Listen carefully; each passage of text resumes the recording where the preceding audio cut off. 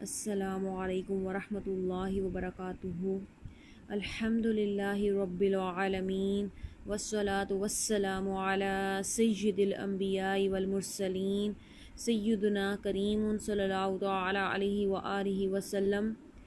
سنتیں اور آداب۔ ہم نے کتاب شروع کی تھی جس کا سبق نمبر 1 سلام کرنے کی سنتیں اور آداب، قسط نمبر 1 آپ نے ملاحظہ فرمائی۔ آج قسط نمبر 2 میں چند سنتیں اور آداب سلام کرنے کی آپ ملاحظہ فرمائیں گے۔ نمبر 6، سلام کرنے سے آپس میں محبت پیدا ہوتی ہے۔ حضرت ابو ہریرہ رضی اللہ تعالی عنہ سے مروی ہے کہ حضور صلی اللہ تعالی علیہ وآلہ وسلم نے فرمایا، تم جنت میں نہیں داخل ہوگے جب تک تم ایمان نہ لاؤ، اور تم مومن نہیں ہو سکتے جب تک کہ تم ایک دوسرے سے محبت نہ کرو۔ کیا میں تم کو ایک ایسی چیز نہ بتاؤں جس پر تم عمل کرو تو ایک دوسرے سے محبت کرنے لگو، اپنے درمیان سلام کو عام کرو۔ نمبر 7، ہر مسلمان کو سلام کرنا چاہیے، خواہ ہم اسے جانتے ہوں یا نہ جانتے ہوں۔ حضرت عبداللہ بن عمر بن العاص رضی اللہ تعالی عنہما سے مروی ہے کہ ایک آدمی نے حضور تاجدار مدینہ صلی اللہ تعالی علیہ وآلہ وسلم سے عرض کیا، اسلام کی کون سی چیز سب سے بہتر ہے؟ تو آپ صلی اللہ تعالی علیہ وآلہ وسلم نے فرمایا، یہ کہ تم کھانا کھلاؤ مسکینوں کو اور سلام کہو ہر شخص کو، خواہ تم اس کو جانتے ہو یا نہیں۔ میٹھے میٹھے اسلامی بھائیوں، ہو سکے تو جب بس میں سوار ہوں، کسی اسپتال میں جانا پڑ جائے، کسی ہوٹل میں داخل ہوں، جہاں لوگ فارغ بیٹھے ہوں، جہاں جہاں مسلمان اکٹھے ہوں، سلام کر دیا کریں۔ یہ 2 الفاظ زبان پر بہت ہی ہلکے ہیں مگر ان کے فوائد و ثمرات بہت ہی زیادہ ہیں۔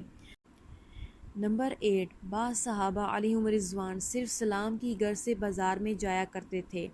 حضرت طفیل بن ابی بن کعب رضی اللہ تعالی عنہ سے مروی ہے کہ وہ عبداللہ بن عمر رضی اللہ تعالی عنہما کے پاس جاتے تو وہ ان کو ساتھ لے کر بازار کی طرف چل پڑتے۔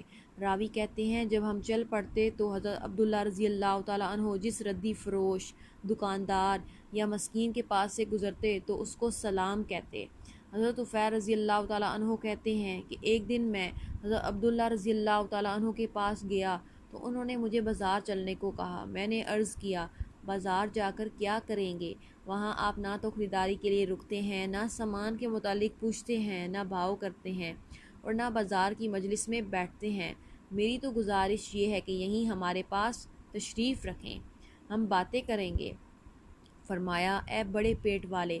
سیدنا طفیل رضی اللہ تعالی عنہ کا پیٹ بڑا تھا، ہم صرف سلام کی غرض سے جاتے ہیں، ہم جس سے ملتے ہیں اس کو سلام کہتے ہیں۔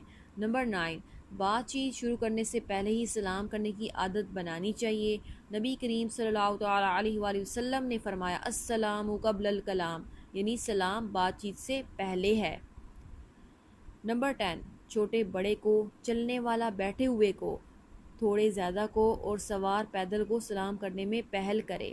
سرکار مدینہ صلی اللہ تعالی علیہ وآلہ وسلم کا فرمان عالی شان ہے، سوار پیدل کو سلام کرے، چلنے والا بیٹھے ہوئے کو، اور تھوڑے لوگ زیادہ کو، اور چھوٹا بڑے کو سلام کرے۔